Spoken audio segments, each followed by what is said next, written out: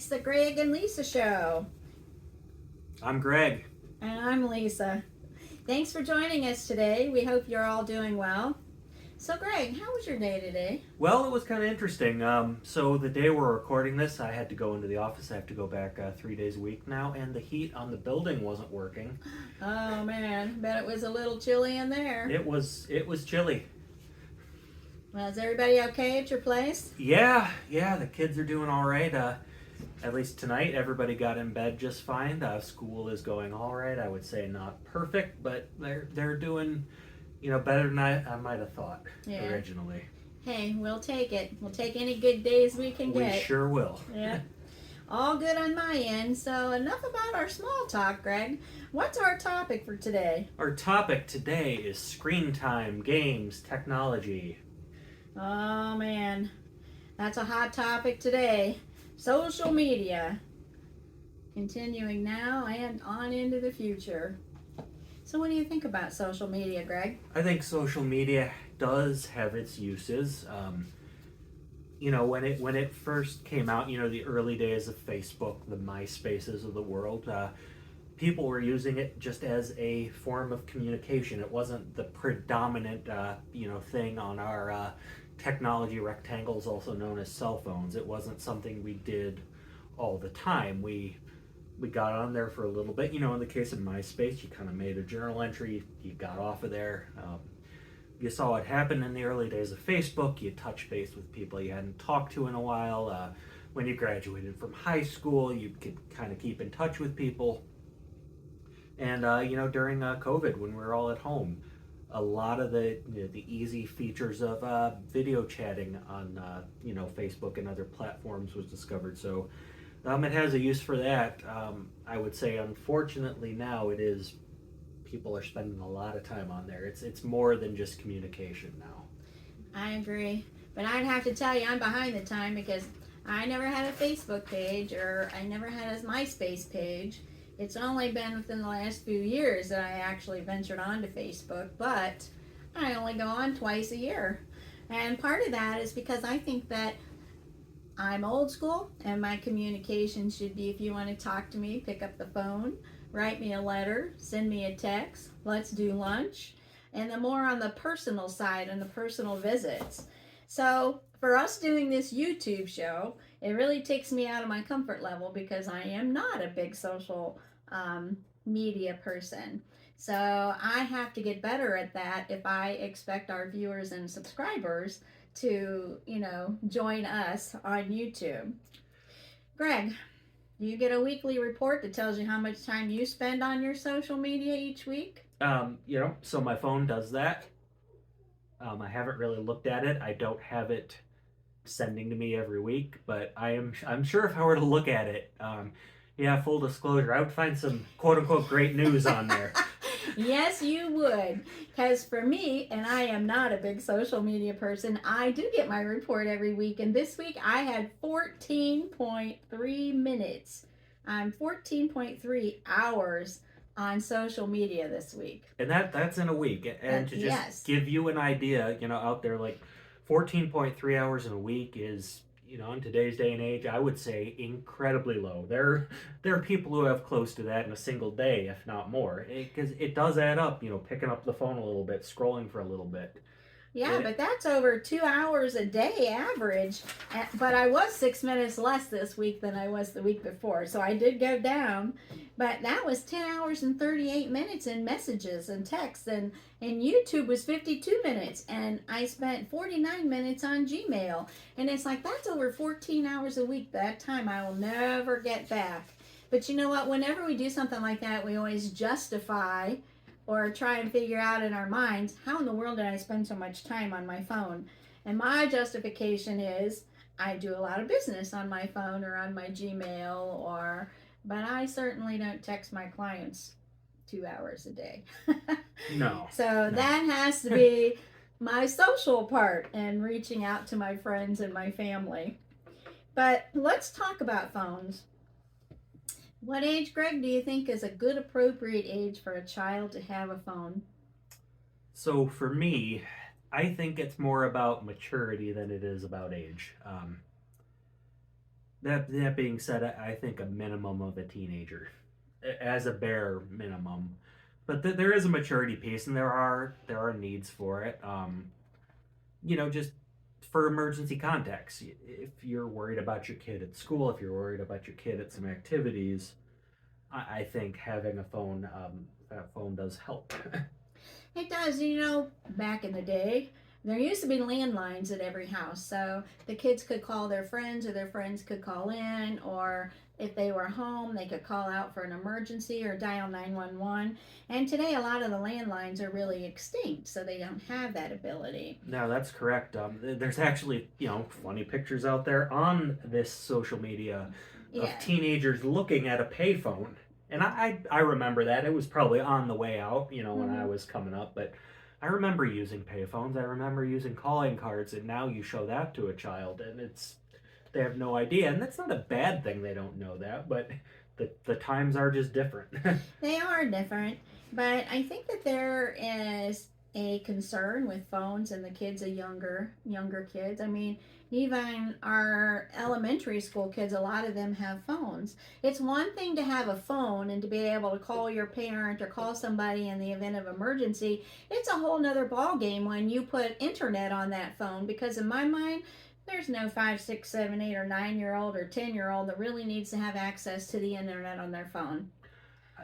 Yeah, I mean, it's They it's one still of have flip phones out there. that you can absolutely get flip phones, and you can absolutely get phones with no data plans. I mean, that it's harder to do, but the carriers Mhm. still do offer these things.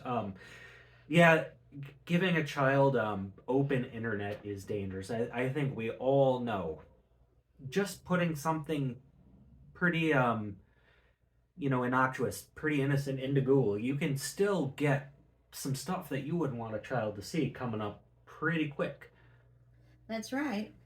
And that's not to mention bullying. I mean, before the phones and everybody had one, the bullying was pretty much maintained to the school grounds or the school bus. And now they have the phones tied to them and their social bullying, and they can't get away from it. And I think that's another thing that, needs to be looked at. But I also feel like a lot of that comes back to the parents.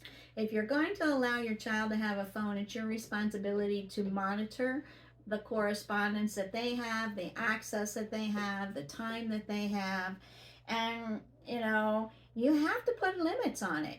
It's almost like you're saying we still have to raise our children. That is correct.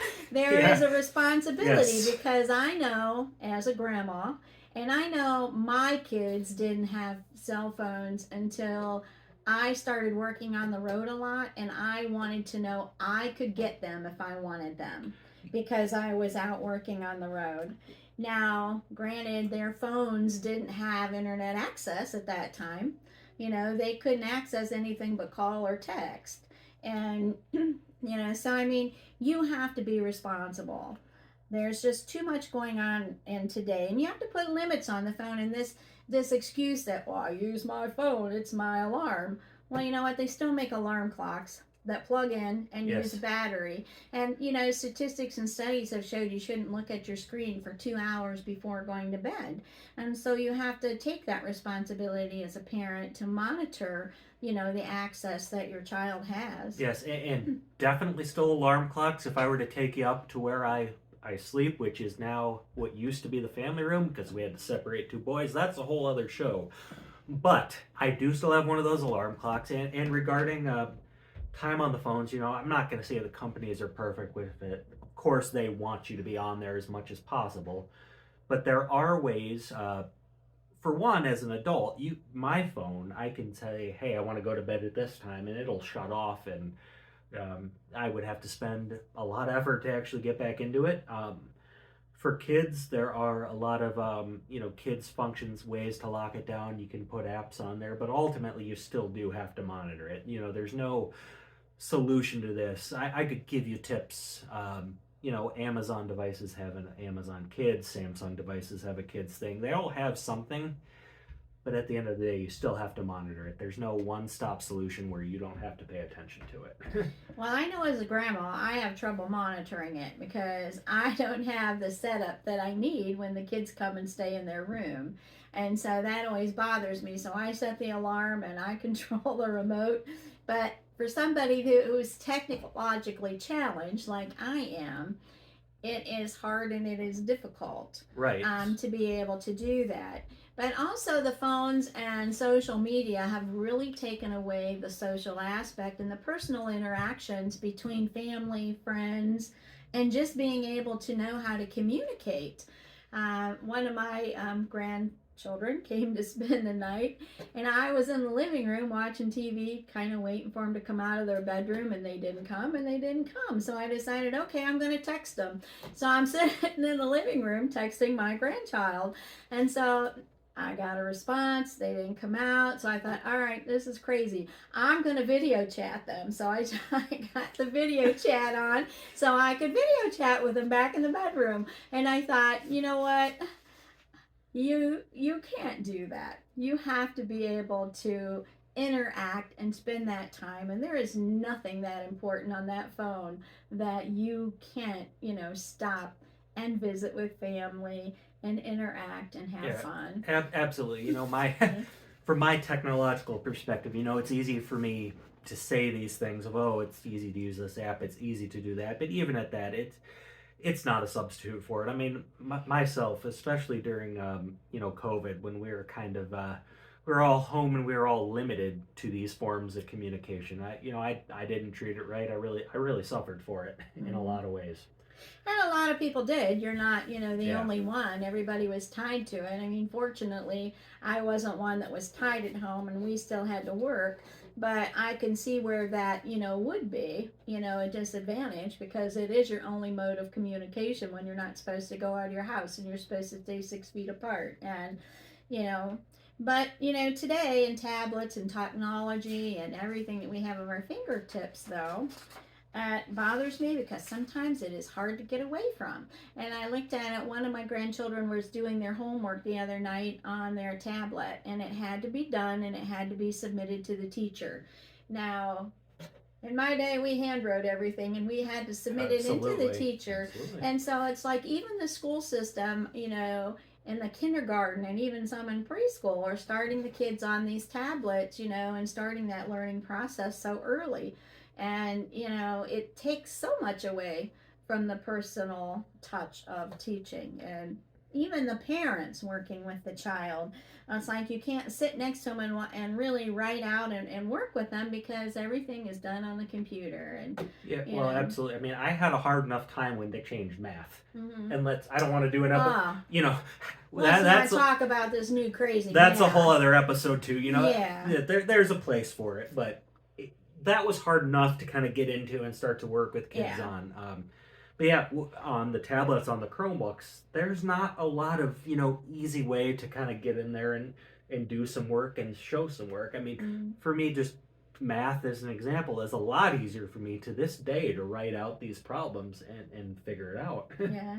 Well, and with the Chromebooks, and they have internet access, and these kids are inquisitive and they don't want to just stay where they're supposed to be. They want to explore.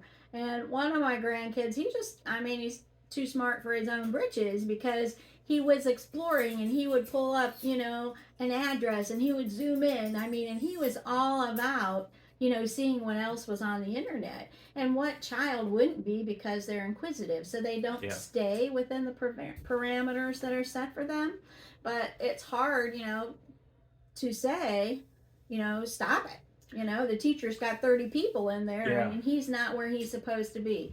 And so at some point in time, there has to be something else that, can be instituted that would, solve that problem or help that problem. It's one of those things too. They do put some kinds of blocks on these Chromebooks, but it's one of those situations where if you consider the blocks the school is putting in as the defense and the kid trying to get to the internet as the offense, as we know from the world of hacking and everything else, the hackers are almost always ahead of the defense because the defense is reactionary. Right. And hackers are a whole nother story too. But, let's look back, if I travel in time, back in 1992, when I was going through my bachelor's degree and finishing up my studies, I wrote a paper on distance learning. And it was about online learning, from a different state. And that was, my focus and where I thought everything was going to go with distance learning. And here we are. A lot of things are distance learning. I do my continuing education for real estate online, and a lot of people do the online education because it's convenient and it's easy, and you don't have to go anywhere, and you don't pay for parking, and you don't have to leave the house. But then again, it comes back to, are we ever going to leave our house again? It's a really tough thing, because a lot of these things we're talking about, these continuing educations, being able to get certifications for different things where appropriate. Now there are certain ones they still make you go in, our CPR certificates, of course, but there are certain things where you can do it online, especially in my field of technology where I'm a programmer. But the problem for me comes in where these are all good tools. The whole thing, it's become so much more than a tool. Right. It's life. It's not my life. It's a lot of people's lives. Yeah. But it also brings on all of the trouble and the problems, like you said, the hackers and the fraud and the scams and the theft and the identity issues. And it's like, it's hard to teach people to step back, because we tend to give everybody everything in our phone. Now I don't do any banking on my phone. I don't download apps other than what I need for my business. Sure. And I don't do any of that. But I am in the minority. The majority of the people do everything on their phone, and they're into the tapping their card and pulling this up and just doing that. And it's like, I remember back in the day when the barcodes first started coming out. And that was all about, Big Brother watching us. They're scanning to see what we're buying. Everything is computerized. And then, where does it leave all of us?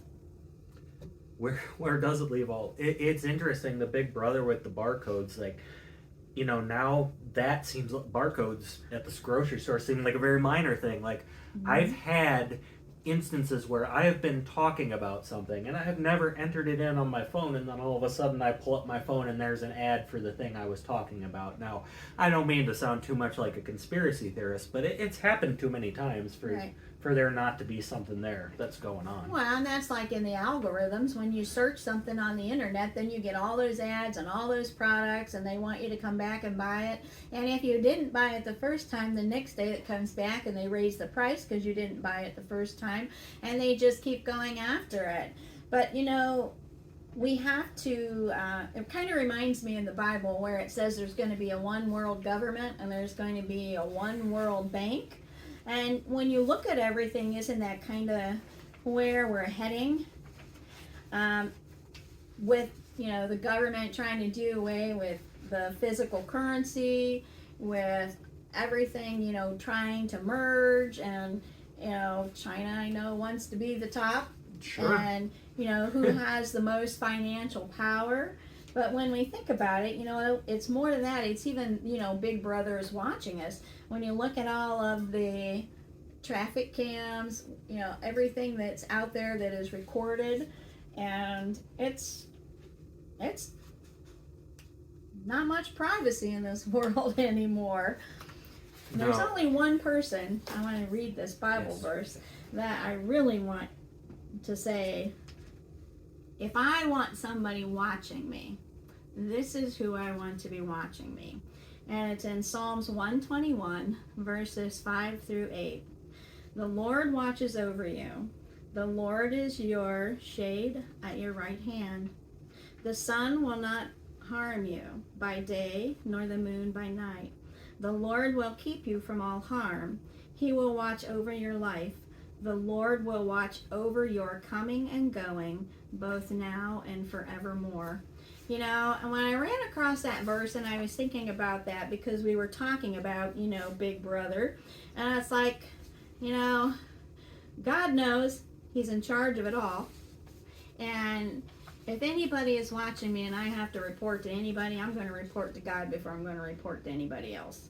That's my personal opinion, and I stand by it. That's my story, and I'm sticking to it. I mean, that's absolutely the way to go. You know, because some of this stuff, you know, we really can pull back if we are disciplined about it. You know, I don't suppose we can change physical currency kind of going away. Yeah, I don't know how to begin to talk about that one. I think that's kind of... Well, let's look at the whole Bitcoin situation and how many people got scammed over the whole Bitcoin situation. You know, I think we have to be responsible and we have to be accountable. And, you know, we have gotten to become such a convenient society that we have done it to ourselves. And I often say, even the thieves back in the day had to steal your trash to try and get some information to try and steal your identity. Now all they got to do, it's a click of a button and it's at your phone or it's at your computer, because we have made it so easy because we are getting lazy. We don't want to write a check anymore. We don't want to, you know, give it cash and count out change, or, you know, we don't want to call and talk to the AAA, you know, advisor on scheduling a trip and help get it planned. We want to do everything at the tip of our fingers. And, you know, all of that convenience comes with a price. It does, and I suppose the best thing I can say about that is just, you absolutely don't have to do payments on your phone. You absolutely don't have to do banking on your phone. You can still go to travel agents. You can still walk into a bank. There are all these things you can still do. So, you know, I would never say give up all of it, but there's certainly plenty of room to pull back. Yeah. But you know what? We have a lot of accountability, especially parents today. If you're letting them use the phones, and you have to set that example.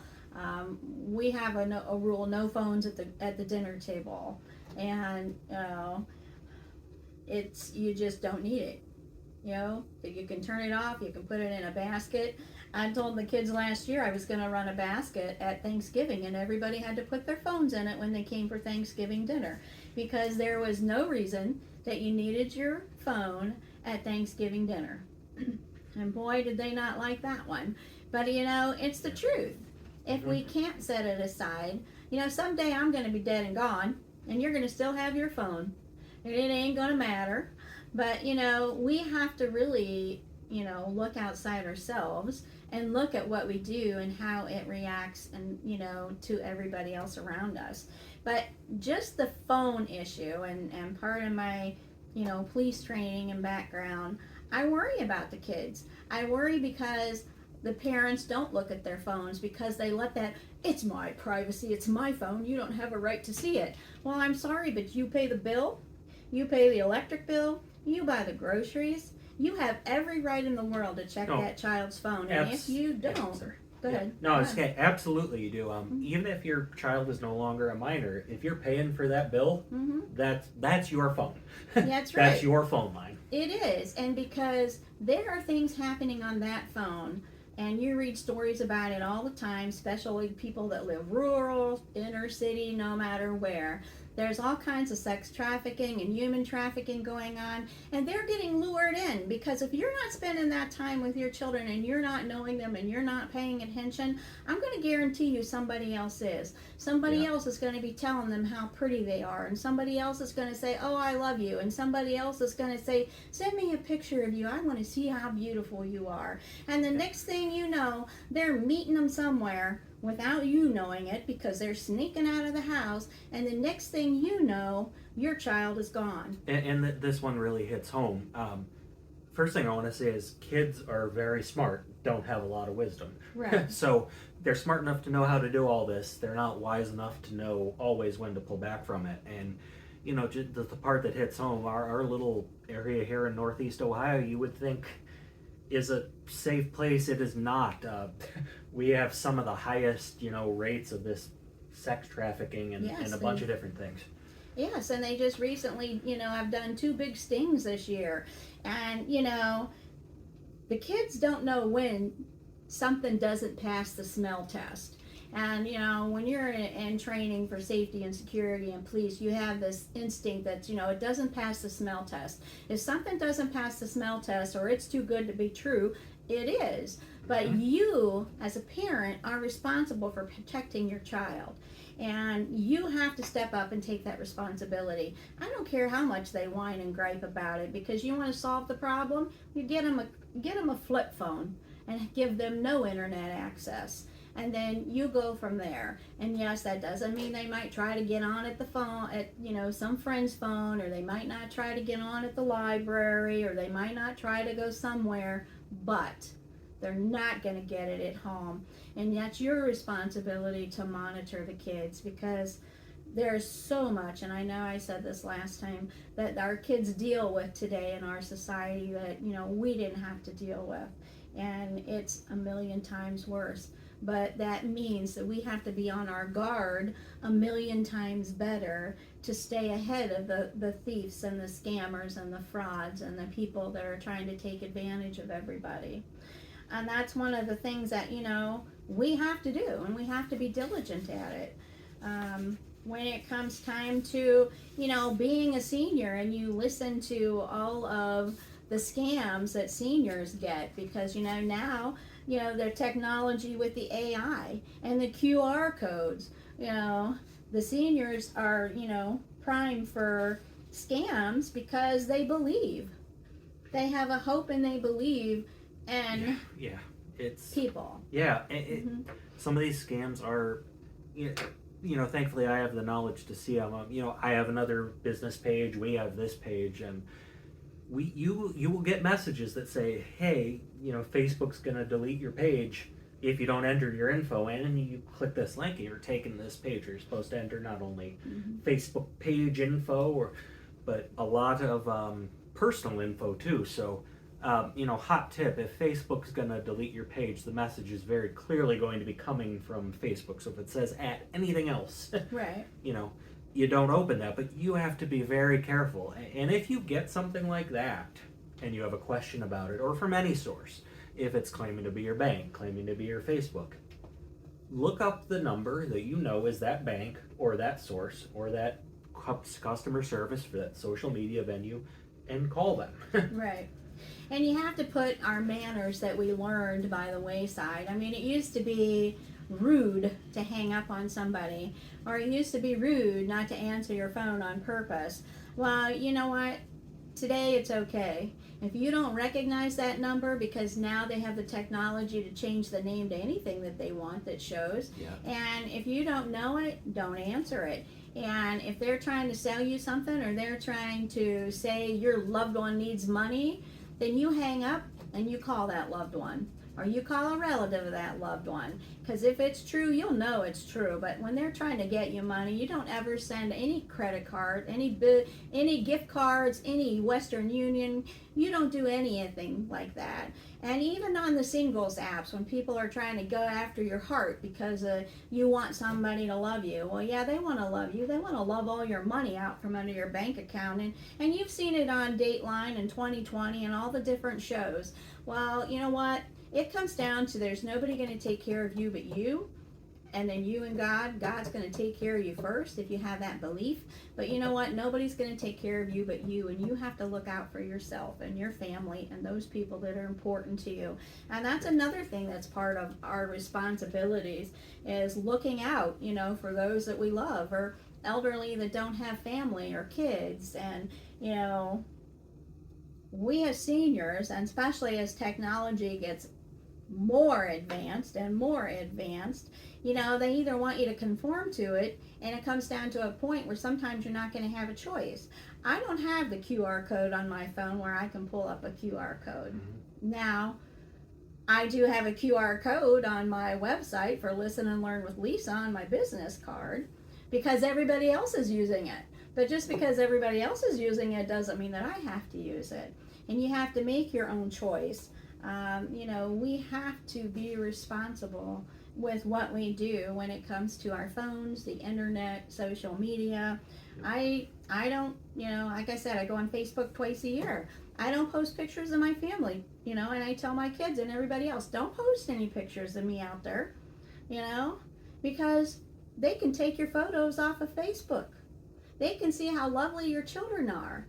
We put, you put where you're at, you're in, Houston, Texas, but you live in Akron, and they know you're not home. So that's like a sign for the burglars to come in and take your stuff. You know, we really have to think, and we have to be on our guards all the time. Yeah. You know, we can no longer have that day when you used to leave your side door open and it didn't matter. Or you left your car unlocked. And I'm sorry, just about everywhere I've lived, my car or my son's car or somebody's car has gotten broken into, or our house. And it's like, you know, we have to be diligent, and we have to be safe, and we have to always be aware of our surroundings. And just for some very basic tips on some of the stuff that was just discussed. So yes, hackers, people, you know, salespeople, they're able to spoof phone numbers. So a number can look like it's coming from somebody in your area code. Best thing I can say about that is, yes, it's okay not to answer the phone, and if that is really somebody that needs you calling from a number you don't recognize, they will leave you a voicemail message, and you will recognize that person. And as far as payment type of scams, these get me. You know, where somebody's calling, claiming to be the IRS, and asking you to send $5,000 in Target gift cards. No reputable agency is going to ask for payment in gift cards. We actually had somebody at work, somebody called claiming to be law enforcement, said they had a drug charge on them that would go away if they sent $5,000 in, it was Target gift cards again. That happens to be a popular one they're after. But nope, the police aren't going to do that. You may have if the police really wanted you, we're not that hard to find nowadays. They're going to find you. They're not going to call you and ask for gift cards. They will.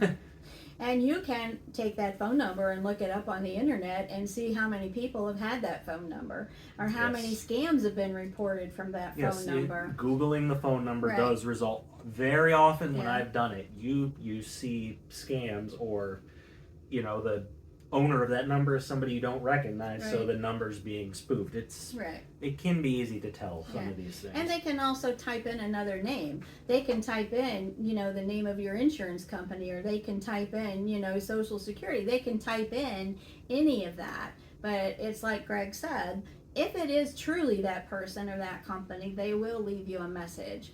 And if they don't leave you a message, you know, it was a scam, and it was, you know, it was somebody spoofing.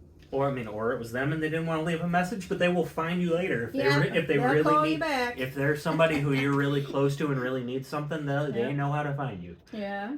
So, but I think that, you know, in my day and age, and I probably will go down kicking and screaming with technology, because I think it has its time and its place. And I think that as technology goes on, and the next big, you know, topic that everybody's talking about is AI. You know, and if you remember that movie with Robin Williams, when he was a robot, and you know he was the servant, and he, you know, developed emotions for, you know, one of the girls that lived in the house, and it's like, this is where technology is driving us. And is AI good or is AI bad? And part of, you know, with the screenwriters, you know, worried about AI using some of their work, well, it's a very valid concern. Yes, that is a very valid concern, and I've been on ChatGPT a little bit. I've done some stuff with it, and it is kind of frightening how good it is. And that Robin Williams movie was a great movie, and was it Bicentennial Man? Yes, Bicentennial Man. That was it. It was really, really good. So you should watch it if you haven't seen it before. But it is funny. You know, growing up, we used to watch a lot of movies about how the computers kind of taking over was a bad thing. You know, as a society, we didn't learn from Arnold and Terminator one bit. Yeah. So, or when I was young, we used to watch the Jetsons, you know, and the Jetsons had Rosie, that was a computer, you know, made, and they, you know, flew their jets out in the sky. And you know, when you look at it, what was science fiction or fiction back then, a lot of it, you know, has come to reality over the years. Yeah. And to me, that's kind of scary. So, I mean, AI, it's like anything else. Human beings designed a lot of this stuff. So we do have the capability to put guardrails in there, but, you know, they're not, you know, and rightfully screenwriters are worried about it. And It's aside from copyright issues, there are uses for it, but it is taking the personal touch out of a lot of things too. It is, and I saw a couple studies where a professor at a university did a study on which essays were original and which ones were AI, and they actually had trouble picking them out. But that aside with the AI, it also puts people out of work. Because Yes. it does that, and technology as a whole, as it advances, puts people out of work. And you look at all the robotics and the CNC machines that are automated, that have taken jobs. And I remember when I was a cashier at Acme, and we used to have enter every price on the cash register. Now you scan Absolutely. it in. Yep. And next, they got the grocery carts where you're going to go to the grocery store. You don't even have to check out. It's all going to ring through the computer, and you just walk on out the door. And there is a reaction to every action when it comes to technology Absolutely. and social media and gaming and everything of that sort. And as far as putting people out of work, for a while, you can say in some instances, you can train somebody to use the new thing, but if you think about somebody who is older and who has been at a place for a long time and maybe needs to keep that job to kind of keep a roof over their head, you you can't just put a blanket well train somebody to use the new thing over all of it. It just, and I say this in my job is to do computer programming. It just doesn't work all the time. Right. And you have to have a desire to want to learn it. Yep. And a lot of the older generation doesn't want anything to do with computers, or it's so far above them that they don't understand it. And I've spent time trying to teach myself animation software, and just when I think I have it, I don't have it. And sometimes there just needs to be those one-on-one classes that people can go to brush up. I remember when the library used to offer Microsoft classes to teach you Word and Excel. Well, now what do they teach you? I mean, there's classes on social media. Actually, Yeah. Well, I haven't seen any. I did it is less than it used to be. Yeah. There used to be Yeah. more of those type of classes offered Yeah. for free, and it's kind of going away. Yeah, but I'm looking at our next wave of software. Depending on the field that you're in, your next wave of software. Like Adobe Illustrator, a lot of the different up to date Illustrator programs, they are take a little longer to learn, and it's tough. And then you come to the point where, well, do I really want to learn it, or can I really teach myself, or am I just going to hire it done? Yeah, it's a tough thing. I've said it before during the show, but I think a lot of these things were okay when they were tools. I think when they became requirements and when they became life is when it started to get a little off the off the off the something that it shouldn't be off. Kind of like off the map. Yes, yeah. Off the map is a good one.